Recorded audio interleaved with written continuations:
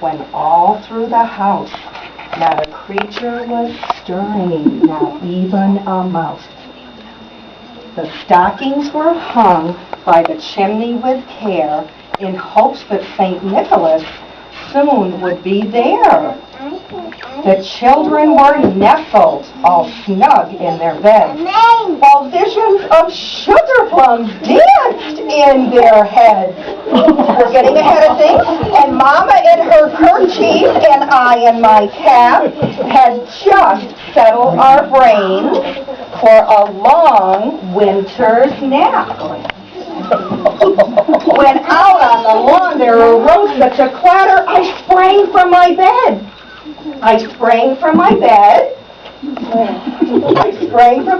to see what was the matter.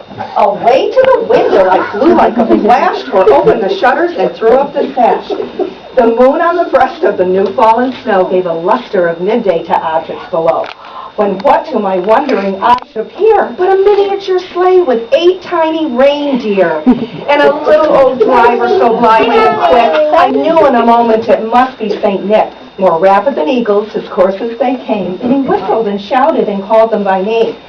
On Dasher, on Dancer, on Prancer and Vixen, on Comet, on Cupid, on Donner and Blitzen, to the top of the porch, to the top of the wall, dash away all. As dry leaves that before the wild hurricane fly, when they meet with an obstacle mount to the sky. So up to the housetop the coursers they flew, with a sleigh full of toys and St. Nicholas too. Then in a twinkling I heard on the roof, the prancing and pawing of each little hoof. As I drew in my head and was turning around, down the chimney. He was dressed all in fur from his head to his foot, and his clothes were all tarnished with ashes and soot. A bundle of toys he had slung on his back. He looked like a peddler just opening his pack. His eyes, how they twinkled, his dimple how merry. His cheeks were like roses, his nose like a cherry. His droll little mouth was drawn up like a bow, and the beard on his chin was as white as the snow. A stump of a pipe he held tight in his teeth. The smoke it encircled his head like a wreath. He had a broad face and a little round belly that shook when he laughed like a bowl full of jelly.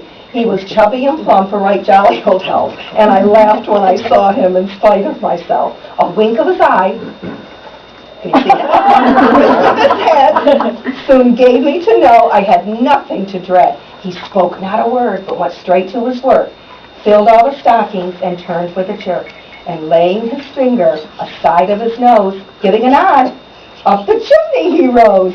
He sprang to his sleigh, to his team gave a whistle, and away they all flew like the down of a thistle.